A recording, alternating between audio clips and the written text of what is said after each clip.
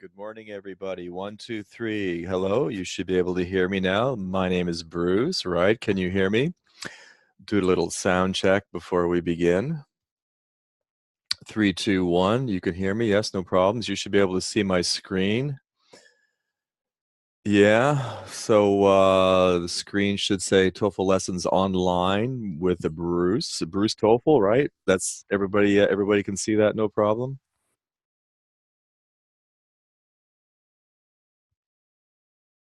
Great. Good. Yeah, that's okay. Actually, so what I'm doing actually is I am recording this, so I'm going to put it up on my YouTube channel. Okay, I'm sure some people will tend to join us a bit later, but anyway, well, let's begin. Okay, well, welcome. Thank you for being here today to hear me lecture on TOEFL. Specifically, we're going to talk about taking the TOEFL IBT. Excuse me, TOEFL IBT. I have a bit of a cold. I don't know why. It's California. You're not supposed to have a cold in California. Anyway, today we're going to talk about taking the TOEFL IBT. In 2013 and in 2019, I have taken the TOEFL test twice. And today I thought I would talk about the differences, if any, between the 2013 test and the 2019 test, okay? It's been 6 years since I've taken the test. I thought it was probably a good idea to take it again. Now, when I mentioned the fact that I was going to take the TOEFL test to my Facebook writing group, everybody went, "Oh my God, why?" Da, da, da, da, da, da. That was the big question, why? And also good luck to get a high score. Well, I took the TOEFL IBT in 2013 and in 2019 for good reasons, and some of the reasons are here on the screen. Number one, as you know, I write TOEFL books. I teach TOEFL. I've been doing it for a long time. So really my main purpose was point number one. It was really research, right?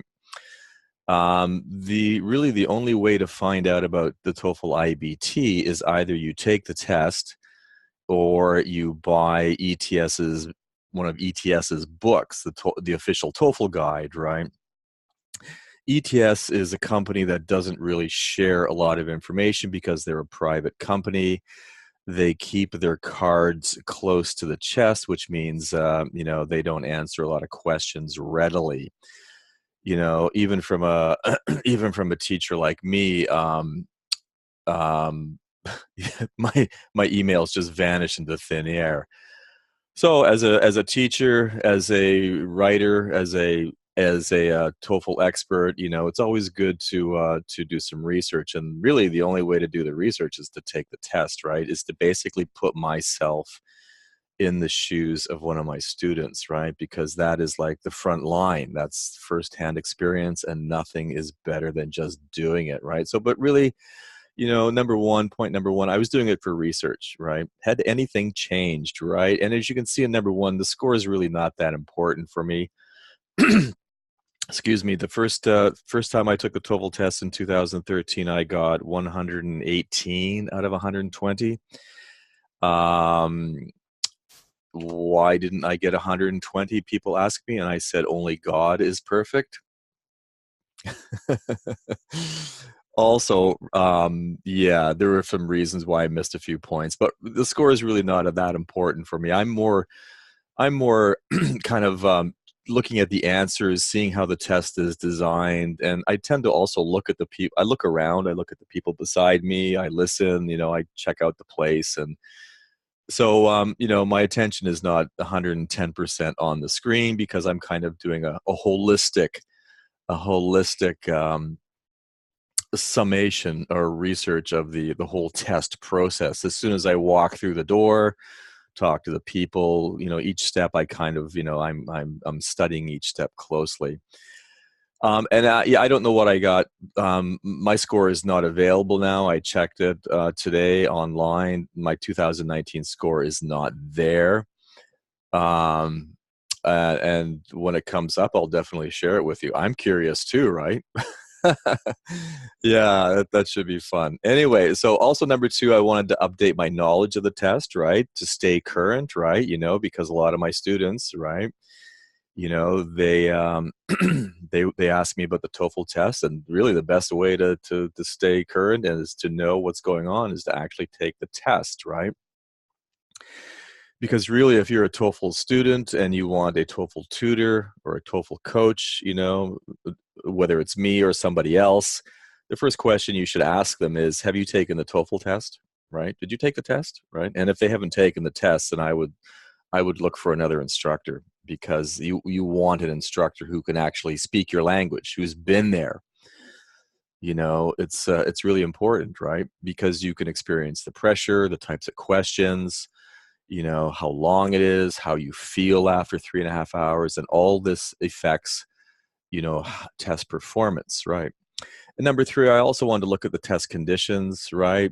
How is the room? How are the computers, the headsets, the people running the place, et cetera, et cetera? What was I getting for my $205? It was an expensive test, right? And number four, I wanted to see if anything had changed, if anything, since 2013, because for the last 6 months or so, I've been hearing talk on the internet, point number five, about people saying, oh, there are new speaking and writing prompts, blah, blah, blah, blah, blah. And I Googled that, and there are some sites which will have, oh, the new speaking prompts, the new writing prompts, da, da, da, da, da. So, and this information is not in the official TOEFL guide, the 5th edition.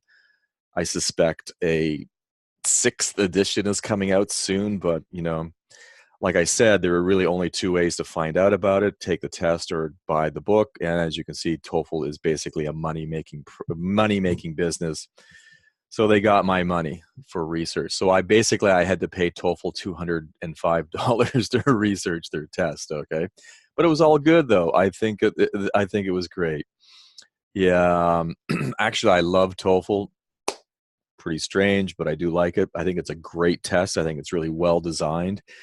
I think it does everything it's supposed to do in a very effective way. Now, so basically, so before we get to that, right? So I write TOEFL books. Also, another reason why I took the test is because I want to know if I need to change anything. If TOEFL suddenly has really long, complex, independent essay prompts, well, I've got to adapt. I have to tell my publisher I need to update, et cetera, et cetera. So it was really kind of a business venture. Well, and this is what you see here is a comparison of my 2013 experience on the left and the 2019 experience. Okay. And just let me walk you through those. As you can see in number one, in 2013, I took the test in Fairfield, Connecticut. Fairfield is about an hour outside of New York. Lots of people in that area. And I took it in May 2013. And, and it was funny because 5 of my TOEFL students also took the test. So there I was with my 5 students waiting for the test, and it was a lot of fun.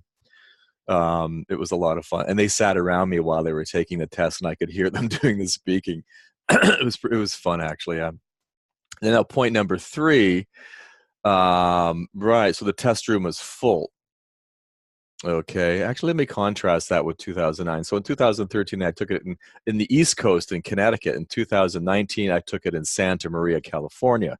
Where is Santa Maria? Well, it's halfway between Los Angeles and San Francisco. Basically farming country. If you eat strawberries, you love strawberries, right? If you're in New Jersey or East Coast or Washington State and you eat strawberries, I will bet those strawberries come from somewhere around Santa Maria. Lots of strawberry fields, right? And I took the first test in 2013 was in May. This test was in March. I took it March a week ago, actually, March 2019. So in 2013, the test room was full. I mean, it was packed. 20 people just going full tilt, right? Because like I said, it's Connecticut. It's near New York City. Huge demand for TOEFL in the East Coast, that big urban area. Now, in 2019, there were only 2 people. I was the only one at 8 o'clock, and then a Latina woman showed up. and we were the only two people in the test center. It was very quiet. And she actually finished before I did, so she left. She must have done really well, and I was alone in the test center. What it was really quite a contrast between East Coast TOEFL and West Coast, right? So in 2013, point number 4, I used the noise cancellation headphones, and they did not work. Meaning I could hear people speaking around me, doing the speaking tasks. Remember that TOEFL is what they call a staggered start. You go into the test room, you begin, right? And if you finish the reading, someone could be doing speaking. So you begin you work at your own pace, and so everybody's working at their own pace, and some people could be speaking, reading. So they give you the noise cancellation headphones to block out any kind of sounds, particularly when people are doing the speaking tasks. But I could hear her. I was using the noise cancellation headphones in 2019 over here. I could hear the Latina, and she was like sitting 2 rows over. I could hear her speaking with the noise cancellation headphones on. So what I did in 2019 was I didn't use the noise cancellation headphones. I used the headset. The headset has the microphone. So if you want to block out noise, don't use the noise cancellation headphones. Try using the headset. The headset actually did a really good job of blocking out the sound.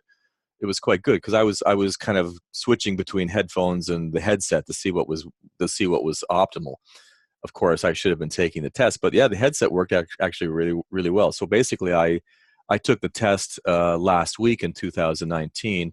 I just left the headphones, noise cancellation headphones alone, and used the headset, and that really seemed to work. I just tilted the microphone back. It was fine, actually, right? So in 2013.5, it started at 8. 2019 started at 8. In 2016, finished at 11:30. Same time in California, 3.5-hour test. In 2013.7, the security was very strict, really strict. They scan you if you've taken TOEFL, really, really strict, okay? Now, in 2019, it was the same kind of strict security, like going through an airport, but they also did something else that they didn't do in 2013. They told me to take my glasses off, and I put my glasses on the table, and they took a really close look at my glasses, and I think they were looking for cameras. Interesting, right? And they did that before the test, and they did that when I came back from my break. They really wanted to see my glasses. They turned them upside down and all around. And I don't look like a guy.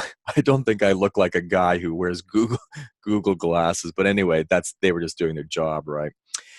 Now, in 2013, point number 8, the test cost $185 back in Connecticut, which I thought was a lot of money. And last week in 2009, in March, the test was $205. It's gone up $30 in 6 years.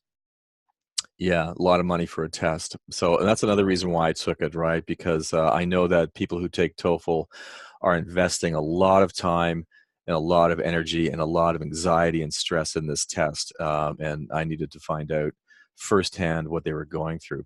And point 9 for both, very user friendly. It was really, really easy to use. And same last week in California in 2019, it was just so easy to use. It was just, not enough said about that, right? And 2014, the test center, point 10, test center was 45 minutes from my house. Now this one, 2019, point 10, the test center was 2 hours from my house. And I was really sleepy when I got to the test center. I mean, I was pretty much sleeping in the lobby. It was pretty tiring, actually. And that's a really good point because, boy, if you're tired, it really affects your concentration. That's part of taking the test. I mean, and we'll get to that, okay? And how TOEFL is really a marathon, and it really tests, mental resiliency. Anyway, so another thing that I noticed from 2013 to 2019, and it's really a small point. In 2013, especially with the reading section, I could scroll through all 3 passages. I could go from passage 1, passage 2, passage 3 to the very end. I could see everything. Whereas in 2019, the reading passages, once I finished reading passage 1, I had to get out of it. I couldn't go to 2 or 3. So in 2019, everything in the reading section was was like sectional. Once you're finished passage one, that's it. You can't go back. I couldn't go back. Whereas in 2013, I could scroll back and forth. I could go anywhere in the reading section. And I don't really know why that happened. In fact, in 2019, it seemed like an old test. I'm not sure how to describe it, like an old interface. It kind of looked like something off a DVD out of a TOEFL book. Looked kind of, it looked old school almost. Whereas in 2013, it was very modern, very slick, very polished. But I mean, they were both the same. They were both, basically the same test. It just seemed as though the test in 2019 had less functionality. Because I can remember in 2013, the very first thing I did was I answered all the vocabulary questions because, I have, I should know those vocabulary words, the questions that are highlighted, in the passage. What does myriad mean? Well, I don't have to go to the passage. I just picked many, and I'd scrolled through all three passages, and I literally answered all vocabulary questions, bang, bang, bang, bang, without reading the passage. I couldn't do that this time, which was, anyway, it was an interesting contrast. And once again, I could email ETS and say, why the disparity, why the difference between these tests, and they wouldn't tell me. They would probably say, did you take the test successfully? Yes, I did. Well, what are you worried about? Okay. Anyway, so that's a good study in contrasts, right? Probably the best thing to take away from this contrast is the headset. Try using the headset to block out sound as opposed to the noise cancellation. They seem tighter and quieter, okay? Right. So what can I basically conclude from these two tests in 2013, 2019? Well, basically, TOEFL has not changed, right? For all the talk on the internet about new prompts, this and that, rumors, I hear this all the time. The TOEFL has not really changed substantially. There are some very small changes, which I'll talk about, but nothing major. It is literally the same test I took in 2013 as it was in 2019, except for a few, computer interface or, design issues with the software. The TOEFL IBT is the same test, so you can relax, okay? Right. So what I want to do now is just kind of go through each passage and just kind of comment on what I saw and what I think you need to focus on to really maximize scoring on test day. Okay. Now remember, when I took the reading section, boy, I was so sleepy. I think ETS should have a coffee machine in the test room. Seriously, if I had a coffee mug there, I would have been so happy. But I mean, my eyes were crossed when I was looking at the very first passage. Anyway, so another thing, point number one, in 2013 for reading, I had 3 passages, right? Now, last week, right, I had 4 passages. Okay. So what does that mean? So 3 passages is the minimum number of reading passages you will get to get a reading score out of 30. Now, 4 passages means that one of these passages is a test passage. ETS will not rate that passage. ETS will use that passage in another TOEFL test somewhere around the world. So in other words, I'm paying ETS to allow them to experiment on me with my money and my time. I don't really like that.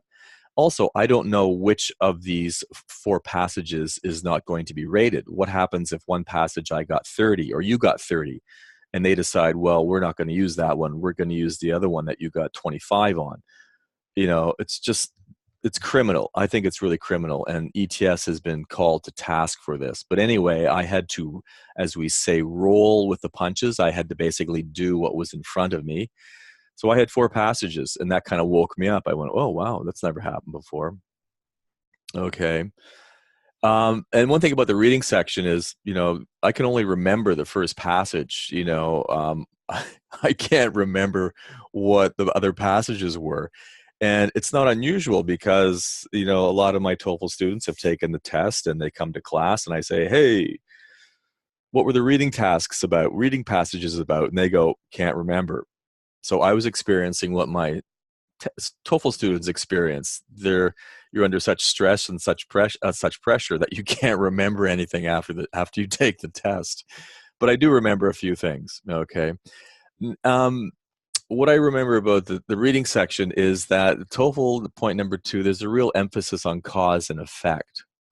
TOEFL is all cause and effect, and I emphasize this in my books and when I teach my students online.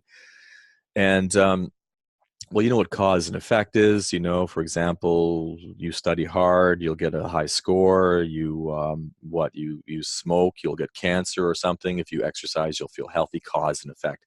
I'm going to talk a bit more about cause and effect later on, but that's what I noticed about the reading passage. A lot of the questions are based on cause and effect. And now point 3, and one thing I've noticed about TOEFL too, especially in 2013 and 2019, the passages always describe some kind of chemical reaction using cause and effect.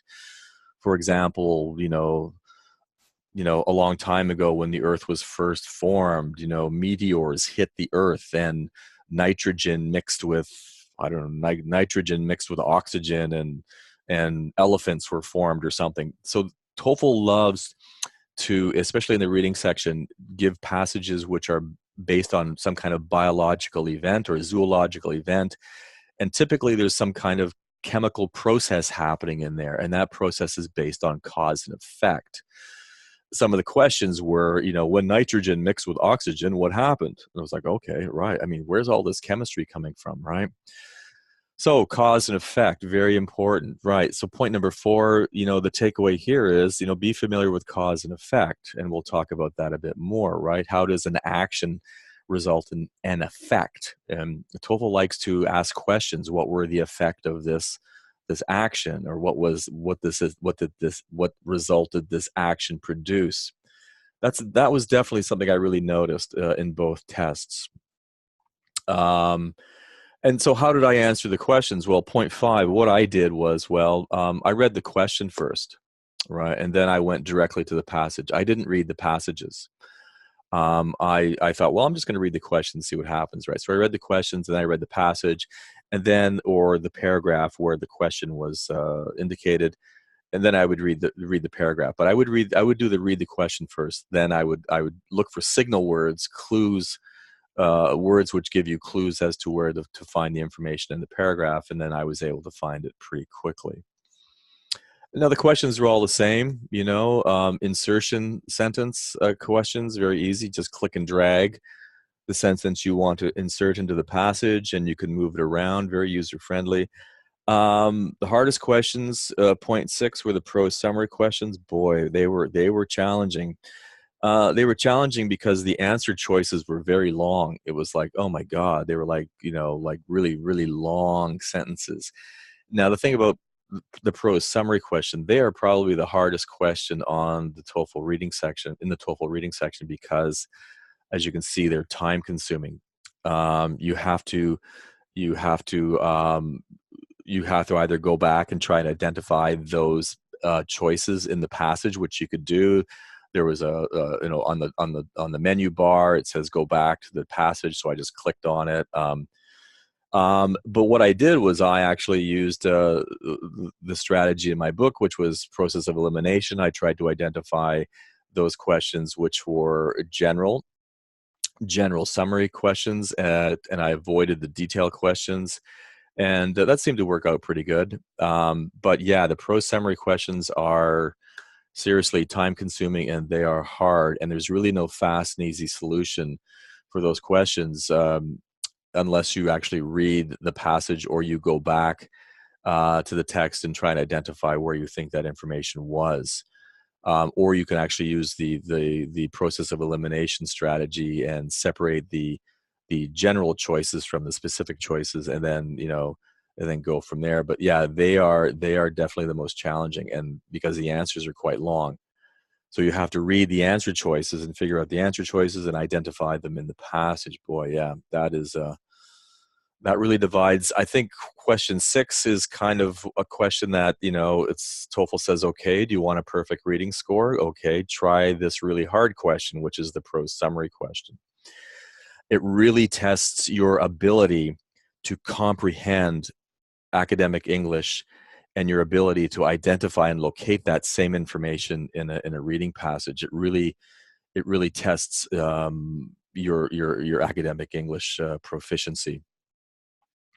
Not only that, but it tests your ability to scan, skim and scan, and retain information specific to the answer choices. And so you can match your answer choices to the information in the passage so you answer the question properly. Yeah, they are very, very challenging. And also what I noticed, point number 7 in the reading section, there seem to be fewer vocabulary questions. This just could have been the test, or I could have been asleep, but typically, according to ETS, the official guide, per reading passage, for example, passage 1, there should be 5 vocabulary questions. The highlighted word, what does myriad mean in the passage? It means many. Typically, according to ETS's guide, there's 5 of those per passage. And I don't know if I was asleep, but there just seemed to be very, very few vocabulary questions. There seemed to be like 1 or 2 per passage. That seemed to have changed a bit. Maybe they've reduced the number of vocabulary questions because they're too easy. But yeah, once again, I would love to talk to somebody who designs the TOEFL test, but ETS does not allow that for security and proprietary reasons. So all in all, the reading section was pretty much the same as it was in 2013 as it was in 2019. Prose summary questions are pretty hard in 2013 as in 19. Oh, another thing I noticed in 2013, I actually had detail questions. There were actually 2 types of chart questions. One was the prose summary question, and the other one was it was a detailed chart. You had to identify details in the passage. TOEFL has eliminated that detailed chart question. The reading passages that I took all ended with the prose summary question, right? Okay. So because the prose summary question comes at the very end, what you should do is you should try and complete the questions before the prose summary question, so you allow yourself more time at the end of the reading passage to tackle the prose summary questions. Okay. But for all intents and purposes, the reading passages is pretty much the same. Okay. Now, listening, yep, nothing has changed with the listening section. It was pretty much the same as it's been since TOEFL started way back in 1963. I had 4 lectures, 2 discussions.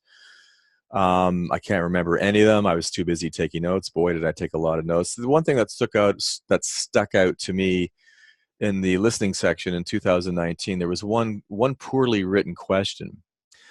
It was a strange question, and the question was a why question. For example, why does X not talk to B?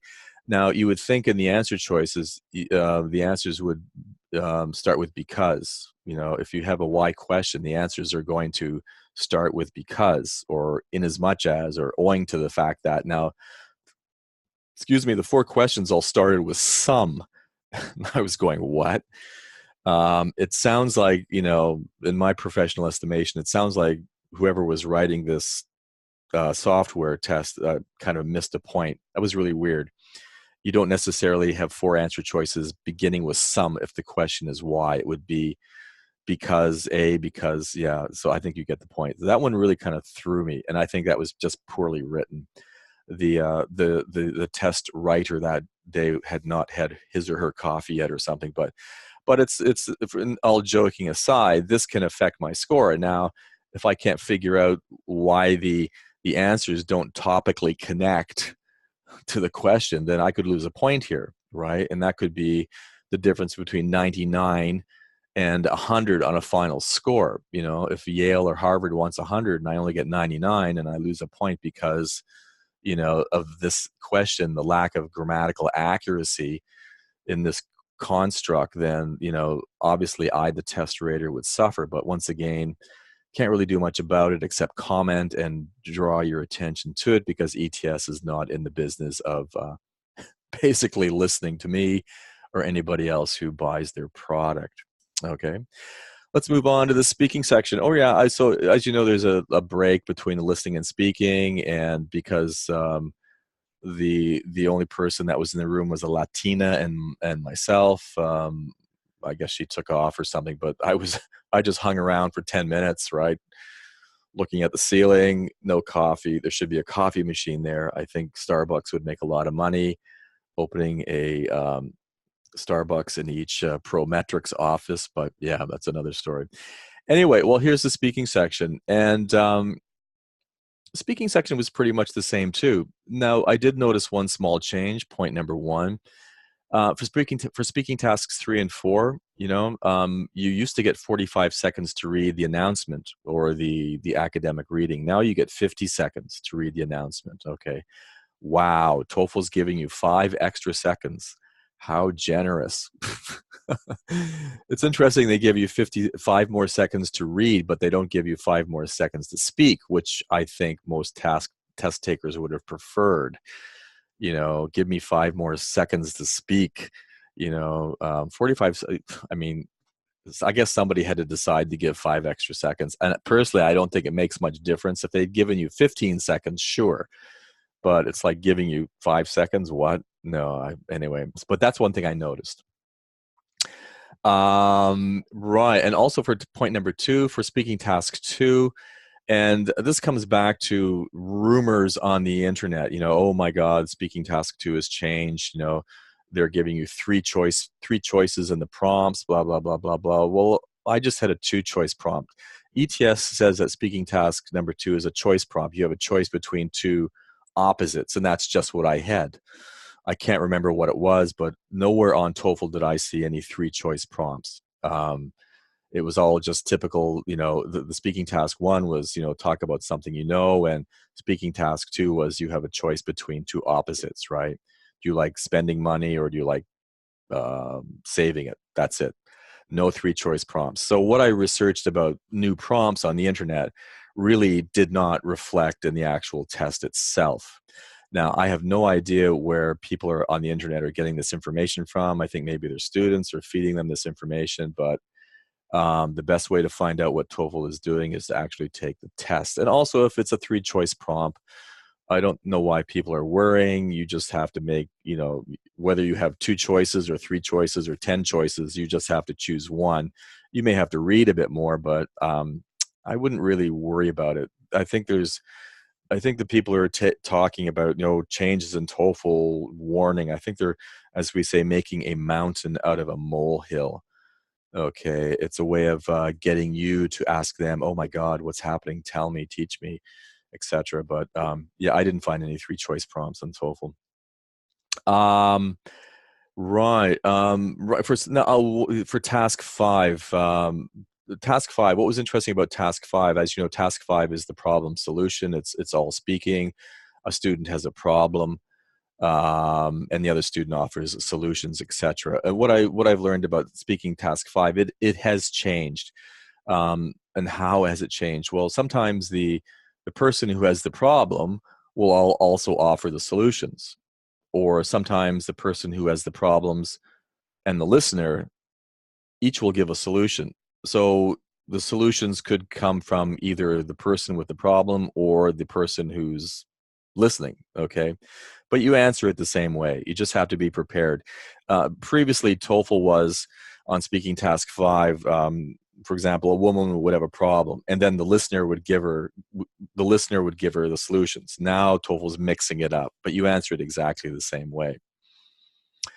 Okay, now number 4, for task 5, I actually used a contrarian response, and I'll tell you about that just in a second. I want to make another point. One thing I noticed on this test was the speaking timer, the speaking numbers, the stopwatch, the numbers were really small, small and gray. On this screen, the numbers are very big. Boy, I thought TOEFL could definitely increase the font size of the timer. It was really small because when I looked up, it was a hard time finding the timer because it was like really small, like 12 point or something.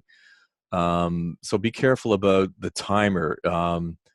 Yeah, I didn't think that was very user friendly, but I'm not sure. Maybe it's case by case. Maybe the timers in, I don't know, New York City are bigger, but yeah, I found them really small, really hard to identify too. Like I'd look up and say, oh, there's the timer, and then you'd waste a second or two trying to locate the timer, and that in the speaking section, every second is precious. Okay, so be aware of that. small timer. Now let's go back to point 4. I used a contrarian response for task 5. Now what's a contrarian response? Let's actually take a look at the speaking task 5. No, as for speaking tasks 1 and 2, they were just typical. They were just, what do you do for fun, or choices. Do you spend money or do you save it? And if you've been practicing for TOEFL, speaking tasks 1 and 3, they're all the same. Nothing changed on the test. But this is, I thought, well, you know what? For speaking task 5, what I'm going to do is I'm going to kind of give the raters something to think about. And so what I did was I gave them a contrarian response. So let's actually talk about what the task was in the speaking task 5 that I did. So the context was the woman in the audio. She plays for the school basketball team. Okay, so she's a basketball player, and she thought her team would lose. Okay, but her team won. Oh my God, strange. She didn't have any faith in her team, but her team won anyway. Now her team is in the semifinals, and that's good news. Okay, but it's also a problem for her because her team won. She can't meet her friends in New York City for their yearly get-together. Supposedly every year her friends get together in New York City. And the problem is the semifinal game is on the same day, the same weekend as she was going to meet her friends in New York City. Okay? That's a conflict, a scheduling conflict, basically. And she was saying to her male friend, I don't know what to do. And, he said, well, you hear the solutions, right? A, you can cancel your meeting, New York City meeting. And the woman was like, well, I don't want to do that because, I'll disappoint my friends. And then she said, well, and notice how she offered a solution. She said, well, I could reschedule it. And the guy says, yeah, that's pretty cool. So there are the two choices: cancel the meeting or reschedule a meeting. And I thought, well, those ideas aren't very good. So I said, personally, I think, as you know, with this task, you summarize the problem, right? Two students are talking about the woman's problem.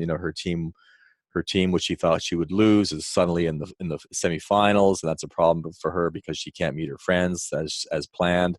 She doesn't know what to do. The man offers two solutions, and I said, well, personally, I think the two solutions are not very good. Okay, so I am arguing the contrary.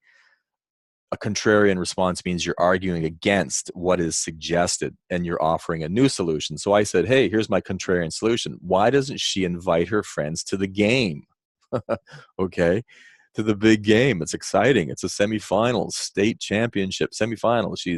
So I said, I think a better solution is to invite her friends to the game. That way her friends can come and they can enjoy the basketball. They can be together, and she wouldn't have to cancel her meeting or reschedule. And that way she could kill two birds with one stone. Actually, she could kill about 4 birds with one stone. Okay. And that's what I said. So I'm really interested to see if, see what will happen. If I think TOEFL will not mind. The thing is, you can give a contrarian response as long as it's a serious solution. If it's, it's a serious, well-reasoned argument, and you demonstrate reasoning, and there's a logic to it, and it sounds good, and it's within the context of this task, then there's no reason why you shouldn't score high, right? So it'll be interesting to see. That's speaking task 5. So I definitely kind of played with TOEFL here. I just wanted to see what TOEFL is going to say, a contrarian solution, because I tell my students all the time, why not a contrarian solution? Go for it. It shows creativity, right? It shows you're thinking outside of the box, right? It shows initiative. It shows a lot of things which TOEFL doesn't measure, but within the scope of this task are very are adequate. Are what am I trying to say? They can be applied. A contrarian response is a way of arguing a different option, and that's what I did. And I'm really curious to see what TOEFL is going to say about it, right? In fact, I think my solution's better, right? They could all be together, have a party, So that's what I did for speaking task number 5, right? Right. Now for speaking task number 6, I suddenly remembered it. Speaking task number 6 was, it was about, what was it called? Discrimination creep or something. It was about a guy. He goes to in the reading, and sorry, in speaking task 6. No, what am I talking about? This was speaking task 4, the one before this. I just remembered it. The reading was, you go to a store and you see two TVs and they're the same price and you think one looks better than the other one, but they're really the same, right? But in your mind, in your eye, at the store, one TV looks better, okay, and so you buy that one, okay. So it's called discrimination, cognition, or something, and the way the human mind, convinces itself that one product is better than another product, okay. It's a way of convincing yourself that you are right. But in the speaking, the professor talked about going to his friend's house, and his friend's house had a different TV, which the man almost bought at the store. And the professor realized that the TV he almost bought was as good as the one he bought. Okay, so which means that, you know, your mind creates biases, discriminations, right, when there's really nothing there. And that was pretty straightforward. I think you would get that no problem. At least the students that I'm teaching would handle that pretty easily, actually. And like I said, I can't remember much else about the speaking section because it all went by in a blur. Now, this is another point. Boy, the speaking section just flies by. Just, whew. Boy, if you're not prepared, if you don't know what you're doing, you will struggle. So preparation is key. You have to be able to anticipate what's coming next. Okay, I got to get my note paper out. Okay, so I'm going to have a reading, then I'm going to listen to it. You have to be able to anticipate and prepare to take notes and address each task in order, because boy, does it, you blink and it disappears. Wow. And that's probably one reason why I and my students can't remember any of these tasks, because it just flies by. You're so focused on answering. It's like, what, remembering? No. And also remember, I was taking notes and thinking it would be great to take my notes out of the test center, but they take all your paper. You can't take anything. So any notes I took were all shredded at the end of the test. Okay. Now the writing section, let's move on to the last section. Well, really nothing's changed in the writing section. For the essay, actually, I kind of have this. This is the essay, right? I kind of have it reversed. Remember, you do the summary first and the essay last, but I've kind of reversed it here. So for the essay, it was a choice between two options, and I've posted this prompt in my writing group. Do you think watching negative, what it was about watching negative news? Do you keep watching it, or should you take a break from it? Right? It's an either or. It's a choice question. Now, the prompt was a little long. It's very descriptive. These days we have a choice of watching lots of news on social media, on TV, blah, blah, blah, blah, blah. But it really comes down to the question, should you keep watching negative news or take a break from it? And I said I should take a break from it, right? So I wrote 500 words for my essay, 500 words, right? You don't have to write 500 words, but I was kind of going crazy. I was having fun, actually. And here's my thesis, actually, right? And notice I wrote no hook, nothing at all. So I thought, I'm not going to write a hook. Let's see what happens. Okay. I wrote no hook, no, these days, we're surrounded by negative, nothing like that. Okay. And my suggestion is to my students and everyone else listening is I would not write hooks. I mean, I could have written a hook, but I thought, well, let's just write an opinion, see what happens. Okay. So what I'm doing with TOEFL is I'm actually engaged in a cause and effect process. I do things and I want to see how the raters are going to react. You're right. Do they want to see a hook? Are they going to knock me down? So yeah, so I'm kind of doing things. I'm testing the rating system basically in a variety of ways. I want to see how it reflects in my score, if at all. Anyway, so there's I just wrote a straight opinion, and there it is in bold. Experience tells me that taking a break from negative news is a wise investment in one's mental health. Okay, that's all I wrote for my thesis, right? My opinion, bang. And then my two body paragraphs are quite long and well developed because, as I've told my students and members of my group, boy, development is everything. Development in the speaking section is key too, because as you develop, you are using a wider use of vocabulary. In other words, you're demonstrating more language use. So development is connected to language use. Okay, lack of development means lack of language use. So I quickly got to my body paragraph examples, just like I tell my students. Okay, in other words, I was listening to my own advice. I was following my own strategies. Okay, which is what I did in 2013, and it worked out pretty good. So yeah, and then yeah, I answered that, no problem. And actually, I took about 28 minutes to write that essay. Threw in a few idioms. Anyway, point number 4, I wrote 490 words for the integrated summary. Now, you don't have to write that much. Once again, because I'm a native speaker and I'm a professional writer and I write a lot, I basically wrote everything, okay? And it was actually quite easy. The topic was about Stonehenge. The hardest part of the integrated summary was typing Stonehenge because it was so long. Anyway, as you know, Stonehenge is this ancient, I'm not sure if it's Paleolithic, Neolithic. Anyway, it's a very, very ancient historical site in central Great Britain.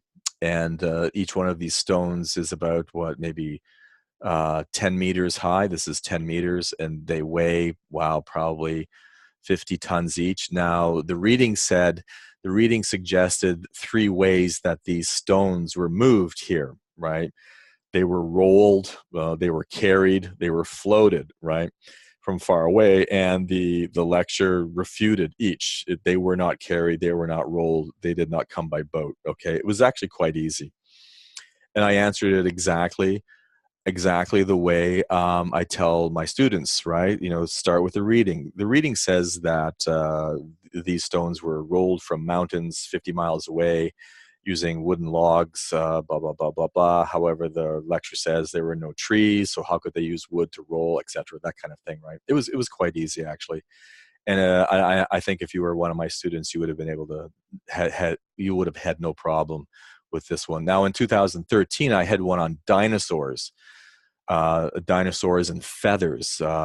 One professor, the reading was saying this dinosaur could fly because it had feathers, and there was evidence of thin bones and strong muscles or something. And I think if you've taken TOEFL, you've probably seen this one before. And so it's interesting. In 2013, TOEFL seemed to be in love with dinosaurs. I think Jurassic Park was out back then, so there was dinosaurs everywhere in TOEFL. Now, there were no dinosaurs on the TOEFL test, which was good news because dinosaurs have long names and they're hard to type, right? So how is your typing anyway? Right, typing is a critical TOEFL strategy.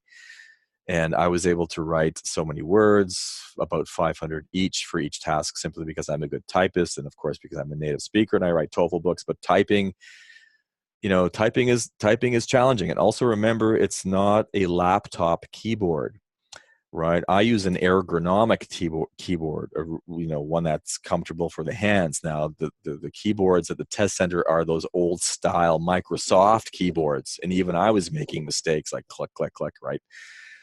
Right. So TOEFL typing is a key TOEFL strategy. So, make sure you're able to type proficiently, right?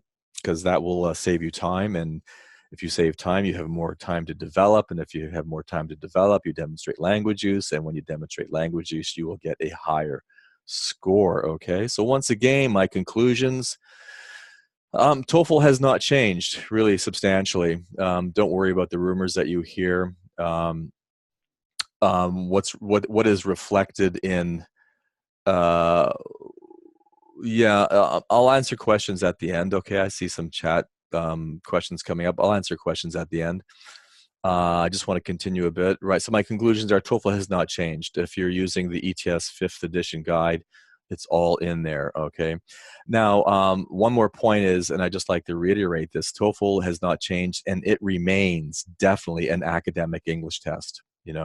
As I was reading this, I felt like a first-year student in college, and I've taught at the college level. I've taught undergraduates, graduates. I've taught all levels of writing in English at university in the East Coast. And it just confirmed my idea that TOEFL is all academic English. And what is academic English? Well, academic English is all about arguments, all right? Arguments, arguments, arguments. So what is an argument? Well, let's first of all talk about what does TOEFL measure. TOEFL measures your ability to analyze and develop and deliver arguments. Right, and that's exactly what I was doing in 2013 and 2019. So what is an argument? Well, an argument is an attempt to persuade an audience, or it's an attempt to inform an audience, So here's an example of two people speaking, right? And they are attempting to persuade each other that their position is best and reasonable. For example, her position, her argument is saving money is best. You've probably seen this TOEFL prompt. And his position, his argument is spending money is best. So they have two opposing arguments. It's a process of persuasion. Now, speaking tasks 1 and speaking tasks 2 are all about persuading. Using argument development and analysis, and so is the independent essay. It's all a process of argument development for the purpose of persuading. Now, remember that. Sorry,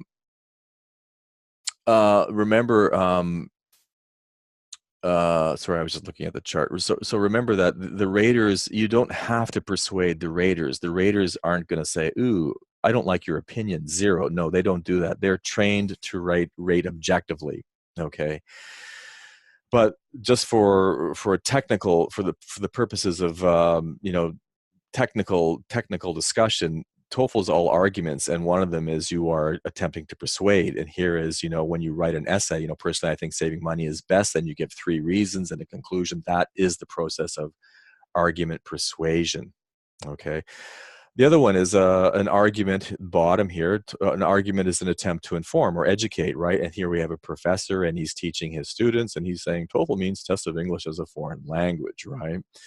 So, on the reading passage, the reading section, it's all informing you. It's teaching you about how life began on Earth. It's teaching you about why some animals still have traits which they should have lost thousands of years ago, right? So when you inform someone, you're educating them, right? And this is in keeping with the fact that TOEFL is not only an academic English test, it is also a teaching test. TOEFL is informing you. In other words, it's teaching you new ideas, and they want to see how good you are at answering those questions, answering questions to those passages, for example, in the reading section, in a time situation. So TOEFL is basically recreating what it's like to be a first-year college student, and they do a really good job at it. And they do that using argument development and analysis, specifically arguments used to inform, to teach, and arguments to persuade. Now, as you know, a written argument is an essay. There you go. And it's also a dissertation, or it's a short speaking task response in the TOEFL test, right? And an argument can also be a lecture, and you listen to lectures in the listening section. You listen to lectures in the speaking section. And a verbal argument can also be a speech, right? And there's Obama giving his speech. Now, TOEFL reflects the fact that it's all arguments, because if you look at the reading section, it's 3 arguments, right? They're teaching you ideas, they're giving you reasons for why they're telling you this. So on test day, I actually had 4 arguments, okay? And you know that reading an argument is very exhausting, because you have to look for the main idea and the supporting examples, and it takes a lot of concentration and preparation. But suffice it to say, the reading section is 3 long arguments. I had 4. And the listening section is the same. It was 6 arguments. I listened to 4 lectures, right? A lecture is a verbal argument. They would give the topic and the reasons and the examples. That's what argument development and analysis is all about. Even the discussions are 6 arguments. If you look at them, if you map them out, you will see that they'll have a main topic, they'll have reasons, and they'll have conclusions, all following standard argument structure: intro, body, and conclusion. And the speaking is also 6 arguments. Speaking tasks 1 and 2 are short, persuasive arguments. Therefore, you need to know the structure, how to develop a short verbal persuasive argument in 45 seconds. And right, even speaking task 5 was an argument, as I've demonstrated. And speaking task 5, I was giving a contrarian argument, right? As I told you, the man said, well, why don't you reschedule the game, or why don't you postpone the game? That's his argument. I argued the contrary. Invite the girlfriends to the game, right?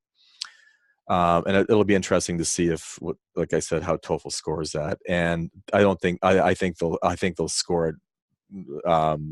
I think I'll get I anticipate a 4 out of 4, because I was doing what TOEFL expects me to do: argue. Okay. And writing is two arguments. You have the independent essay, which is an argument, a written argument designed to persuade. And for the integrated summary, you listen to two arguments, right? As I told you in Stonehenge, the reading was arguing that the people at that time were able to construct Stonehenge these three different ways, and whereas the lecture was the contrarian view. It said, no, no, no, those three ways are wrong. Okay, so as you can see, TOEFL's all arguments. And why is it all arguments? Well, because if you go to Yale, if you want to go to school, because TOEFL is basically designed for, it thinks that you're a non-native English speaking student wanting to study in the States or Canada or wherever. When you go to Yale, right, you will read, you'll listen, you'll read, read books for homework. All those books are full of arguments. So go to class, you'll listen to professors. Those are all arguments, right? You'll have to give presentations and dissertations. Those are arguments. You'll have to write essays, summaries, PhD theses. Those are all arguments. So TOEFL really reflects the American college experience, right? And a key component of argument development analysis is cause and effect. It's a critical part of the argument process. And I noticed in 2013 and 2019 that TOEFL is all cause and effect. So you really need to understand this concept in order to increase your score on test day. Now, what is cause and effect? And now in this screen, you see a good illustration of it. Cause over here means action, right? You eat all these chocolate chip cookies, right? What's going to happen? Well, the effect is, right, you're going to become fat. Okay. So now look at this man. He is, he is wondering, he's asking the question, why? Why am I fat? Okay, so once you ask the question why, you're involved in the process of reasoning. You enter the process of argument development and analysis. So he's going, why am I fat? What is the reason, in other words, right? So the reason is, it's a cause. I ate these chocolate chip cookies. Okay, so you can see how cause and effect creates reasons. Why am I fat? Well, the answer is a cause. It's based on cause, my actions. It's eating these cookies. Now I understand. So if I stop eating, there'll be a positive effect. I will lose weight. Now, TOEFL, that's a pretty simple example, but on TOEFL, as I told you, TOEFL loves to use examples of cause and effect with biological processes, right? When life was first formed, right, it formed with nitrogen and oxygen, and what was the effect? Well, it created bacteria. So the cause and effect examples are a little more complex than this simple example that I'm giving you, but it's basically the same process, right? Okay, and even here, right? So if you cause and effect, if you eat this apple, the effect is you will be thin and healthy. Okay, why is she thin and healthy? What's the reason? The reason is based on an action. She eats well. Oh, so if I eat well, the effect is I will be healthy. So that's a good reason to eat well, because the effect will be positive. Okay. TOEFL is all cause and effect, especially the reading section. It seemed as though I was answering cause and effect all the time. And cause and effect is the basis of argument development and analysis. Okay. And here's another one, right? If you buy my books, right, the effect is you will be a happy student. You'll get a high score. You'll go to Harvard and make millions of dollars. Okay. So anyway, one of the big takeaways is, right, cause and effect, because cause and effect produces reasons. And once again, a reason is a conclusion or opinion or a claim, and it's based on a cause and effect relationship, and it answers the question, why? And as we've said, right, why am I fat? Because it's an action. That action is producing a negative result or negative effect, and it's the same with her. If I eat well, it'll be a positive effect. Now, in this case, if you just change the apple and the woman to nitrogen and oxygen or some other kind of chemical relationship, is what TOEFL is all about, seems to be all about these days. Okay. Now, you can also use cause and effect when writing a thesis. And that's exactly what I did, right? So here's just a general prompt. People attend school for many different reasons. Why do you think people decide to go to school? Well, use reasons. If you see the word reasons, that means cause and effect. Use cause and effect and examples to support your answer. So here's 3 examples. A thesis means claim, means position. Basically, they're synonyms for the same word, which is thesis, right? So number 1, personally, I think people go to school, cause, effect, to get jobs. There you go.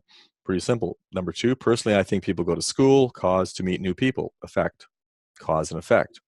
So why do people go to school? Basically, I'm answering the question why. Number 3, personally, I think people go to school. Why?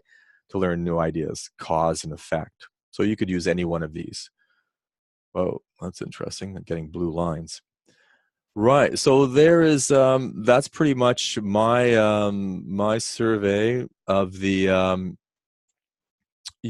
my survey of the TOEFL test, right? The conclusion was that if you really want a high TOEFL score, right, you need to be able to analyze, develop, and deliver arguments using academic English. It was the same in 2013 as it was the same in 2019. And as I said, TOEFL likes to emphasize, especially in the reading section, the cause and effect relationship between chemical compounds in the listening too, right? So conclusions: TOEFL is pretty much the same as it was in 2013. There are no major changes, and if there were major changes, we would hear about it, right? It wouldn't be rumored. TOEFL, in order for TOEFL to make changes, that is a big shift because a lot of books, Barron's, Princeton, ETS, my books, a lot of people write on TOEFL. I think if there was going to be a big change in TOEFL, we'd all know about it. Okay, but I think if you're studying TOEFL now, I think I wouldn't worry. You're on the right track. No surprises. Okay. And once again, TOEFL is all academic English. That is what was reinforced at this time. And it's not only academic English, but it's an argument-based test with an emphasis on your ability to understand cause and effect reasoning to answer proficiently. And if you do, right, you will, right, what will happen?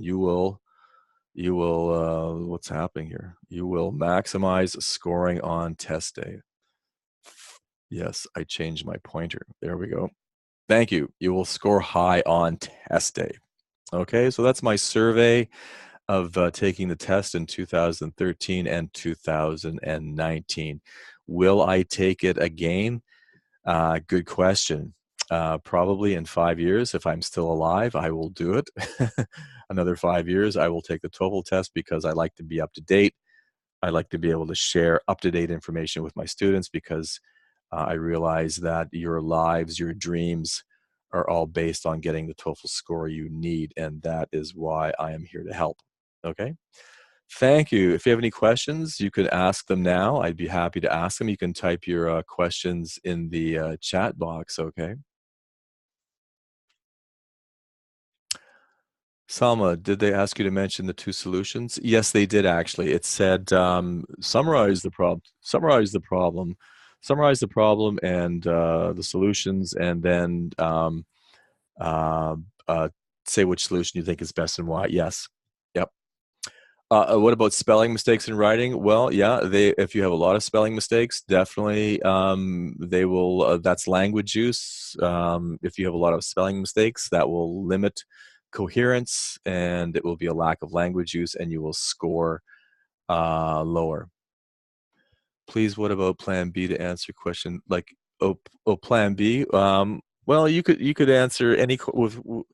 Well, in the example that I chose with the basketball team conflicting with her meeting in New York City, you could have chosen whichever one you wanted. You could have said, cancel the meeting and reschedule, or postpone it. I mean, you could just answer between the choices, choose one of the choices they gave you and answered it, right? But remember, I'm kind of fooling with the TOEFL test. I'm using cause and effect. I'm doing something and I want to see the effect. I want to see the reaction. I want to see how TOEFL responds. Okay. And really, if they say my contrarian answer is wrong, I will contest that because obviously that the raters don't know what they're doing, right? Was reading similar to TPO. I haven't really seen. Yeah, I think TPO basically steals the stuff straight off TOEFL. And I would probably say yes. But really, your best source for TOEFL up to date TOEFL information is the TOEFL Guide, 5th edition. So I think TPO is basically stealing all ETS's stuff. So I would probably say that the TPO stuff is correct. Yes. Adele, they always ask, summarize the problem. This means we should mention the problem only if we say the solutions. Well, so remember the problem, the speaking task 5. Let me see if I can find it here. Let me go back. Right. Okay. So here's the problem, right? So the problem is because her team won, she's now in the semifinals and she can't meet her friends in New York. That's all cause and effect. Okay. So TOEFL wants you to summarize the problem because they want to know if you can identify the cause and effect issue within the problem. In this case, because her team won, that's action, that's cause. The effect is she can't meet her friends in New York City. Okay, that's cause and effect. So what TOEFL is asking you to do is to solve this cause and effect conflict, right? So because her team won, right, the effect is what is the effect is? Do you think she should cancel a meeting? Is that one effect, or should she reschedule it? Right. So it's interesting because both these solutions will lead to negative effects, negative outcomes. If she cancels a meeting, the effect is her friends will be sad. If she reschedules the meeting, she will be sad and her friends will be sad. So these are two negative effects. And notice how my contrarian solution is actually a positive effect. So instead of going negative, I went positive, invite her friends, right, to the game. The effect is that's good. They'll all be together. They can go for dinner later on. They can whatever they do, right? It's all positive. So I was giving positive reasoning as opposed to the TOEFL solutions, which were kind of negative effects, right? Interesting, right? Yeah. So yes, you have to summarize the problem, right? Right. If someone says to you, don't, for example, in speaking task 3, you have a reading, you have to summarize the reading and summarize the students talking about it. Speaking task 4, you have a short academic passage followed by a lecture which develops the passage. You always have to summarize those readings, okay? If someone says, you don't have to summarize the reading, don't listen to them, okay? You have to make a topical connection between readings and the lectures because you have to demonstrate how they are topically connected. Okay. So you really have to summarize. Yes. Did the reading in the integrated? Yes, it did. The reading did it read? God, that's a good question, Fatima. Did the reading in the integrated task appear? I think it did. I can't. I think I can't remember. I think it did actually. It was on my left side of my screen. It did, yeah. But I didn't really refer to the integrated reading when it came back later because it was quite an easy task. I just made quick notes and it all came back to me from memory. How about last one? Do you consider really important to wrap up your answer within 60 seconds? Oh, that's a good question. Well, what I teach my students is that in 60 seconds, right? Yeah, you should be able to develop and deliver a proficient response for speaking tasks 3, 4, 5, and 6 within 60 seconds easily. Yes, definitely. That's the challenge. Yep. Now, depending on which task we're talking about, you don't have to use all 60 seconds. If you think you're done at 50 seconds, just sit there and wait for the clock to run out. Many students just keep speaking. My suggestion to my students is that, and this is, you have to think like a rater. The raters want an introduction. Give me the summary. What are we talking about? Okay, now transition into the body. What are the examples supporting the reading, etc.? Now give me a conclusion. That's a 3-part structure. With my students, I always emphasize let's try and in 60 seconds give a nice, well-developed presentation that has an intro, a body, and a conclusion within 60 seconds. And that's really challenging, actually. Now, I say the least important part of that delivery, your response, is a conclusion. Okay, if you're going to lose or miss anything, the last sentence, the conclusion, is it's not that important, because by then you have either demonstrated proficiency or not. An extra 5 seconds with a conclusion is really not going to change anything. But with my students, I always say, let's give them a nice package, just like the independent essay. Let's give them an intro. Them are the raters, because remember, you're writing and speaking for an audience, and that's the raters.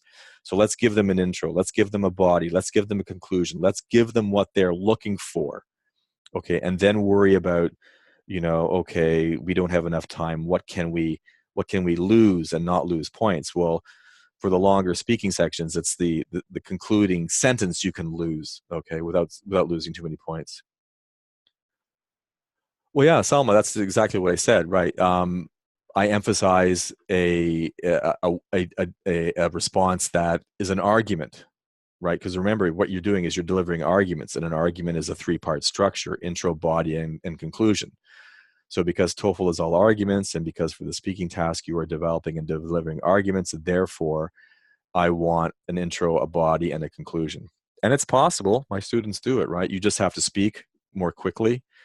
You have to speak like I'm speaking, right? You can't speak slowly. That's one thing I noticed with TOEFL. Boy, you have to speak. You have to really change gears to squeeze all that information into 45 or 60 seconds. You almost have to speak like I'm speaking now. And this is the way I was speaking on test day. Personally, I think that we need zoos. Why? Well, this is how I was speaking, because I know that if I speak more slowly, boy, the clock is just going to go bang. I'll look up and it's like 0. So yeah, speak quickly. Practice, practice, practice. It's so critical for the speaking section. It's so critical. Practice, practice, practice. Stonehenge. So we'll get to the end. Any other questions? I'm just skipping through here to the end. There we go. Yeah, it was definitely worthwhile to take it. It's good to know that nothing's changed, and what has changed is minimal. Like I said, it's the 5 seconds for speaking. You have 5 more seconds to read the passage in speaking task 3 and 4, I believe. Yeah. Why 5 seconds? It's so cheap. It's like, here's 5 cents. Go buy something. I mean, really, it's like, yeah, it's laughable, actually. Yeah. Anyway, how can I improve my note taking? Good point. And this is what when I took the test. I was very conscious of this question. All right. Okay, so Bruce, how are you taking notes? What are you doing with your notes? Right.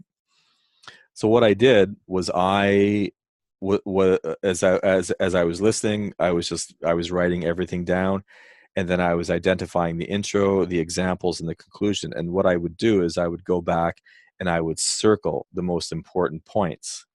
And then when I came to deliver, I would connect all those circled points. That's what I did. So I wasn't selectively taking notes. It wasn't like, oh, that's interesting, I'll take a note. No, that's not interesting. Oh, I'll take a note. No, I took notes from beginning to end, literally. And my handwriting is terrible, but I wrote pages of notes. And then when I had time to prepare, I circled all the most important points. So remember, what you're doing is you're taking notes about an argument. So here is the intro. You have to be able to anticipate, okay, so the first thing I'm going to hear is the intro. So there's the intro. I draw a box around the intro. Here come the examples. Okay, there's the conclusion. So and then I go back and I identify the important points, the topic, the examples, the concluding statement. I circle them with my pencil to highlight them, basically. Okay. Yeah, it's but once again, because TOEFL is all arguments, you should be able to anticipate. TOEFL is a game of anticipation, right? When you're listening to a lecture, you think, okay, here comes the introduction. Take notes, intro. This topic is about elephants in Africa, elephants dying in Africa. Okay. and 3 examples, etc. Right? So being able to anticipate where the important information is important too. And that's why argument development is so important, because the first thing you're going to hear is an introduction and the topic. And then here come the examples and here come the conclusion. And it always followed that way. As I was listening, I was going, okay, here's the introduction. There it was. Here are the examples. There they were. Here's the conclusion. Oh, there it was. It's very predictable. And it was the same way in 2013. I could anticipate what was coming. Because argument structure never changes. It's always intro, body, and conclusion.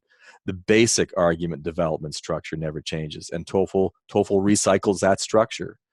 And being able to identify and take notes based on predicting that structure is really, really helpful for scoring.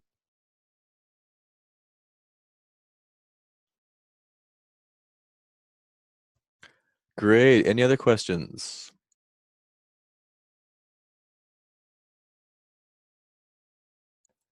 Anybody taking the TOEFL test anytime soon? Me. Sandra, right. Pretty soon. How about anybody else? Next Saturday. Great. Good. Fatima, me. Great. Right. Now, it's not unusual for TOEFL students to take the TOEFL test once or twice. The first time you're kind of nervous. But the thing is, it's so expensive. You need to be able to do it once and get the score you need and move on, because, giving money to ETS is not a good thing.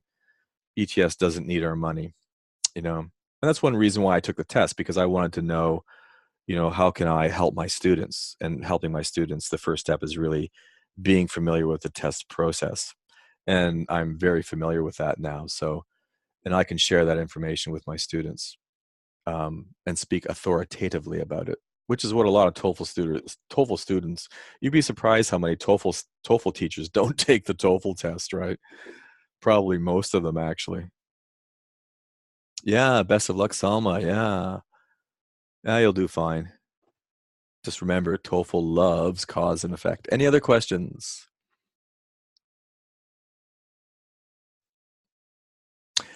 Can you remember your speaking questions for 1 and 2? Oh man, I can't. I can't. I honestly can't. Um, it's like a blank. It's like my mind has just gone black. And like all my students, I can remember the writing and some of the speaking. I can't remember any of the listening. It just went by in a blur. Um, in fact, I was taking topics. I had scratch paper, and I was making a list of stuff. Like this. The listing was this topic, but I couldn't leave with this information. TOEFL takes everything, paper, pens, and so it was like, darn. I wish I could have, but TOEFL is they're very strict, and if you cheat on TOEFL, remember that's a criminal, a felony. That is a serious crime if you cheat on TOEFL. These people who are offering IELTS and TOEFL certificates on Facebook, they're asking you to commit a crime. It's a felony. If you're caught cheating on TOEFL or IELTS or the GRE, you can be fined $250,000. $250,000. That's right, $250,000. And you will be if you're here as a student, you will be expelled, and you will never be able to come back to the States. It's a serious crime. It's a federal felony, federal law. It's huge. Yep. And it's all because of 9/11. The 9/11 bombers were all students. Most of them were students. They came in on student visas. Yeah, it's a serious crime. So those people who are selling free TOEFL certificates and IELTS stuff, they are basically they are asking you to commit a felony. Don't do it.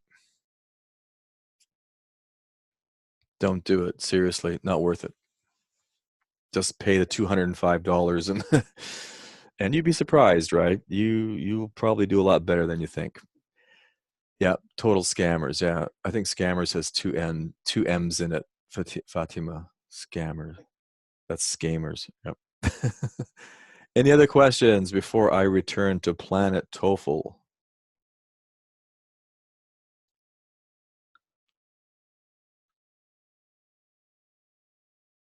Yep, scammers, two M's, right?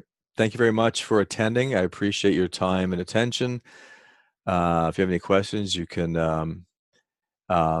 join my or join the my Facebook writing group if you haven't already. Okay.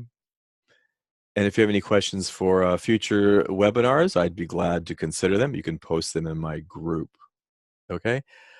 Thank you very much. I hope you learned something, and good luck on the TOEFL test if you are taking it. Okay. Thank you. Bye-bye.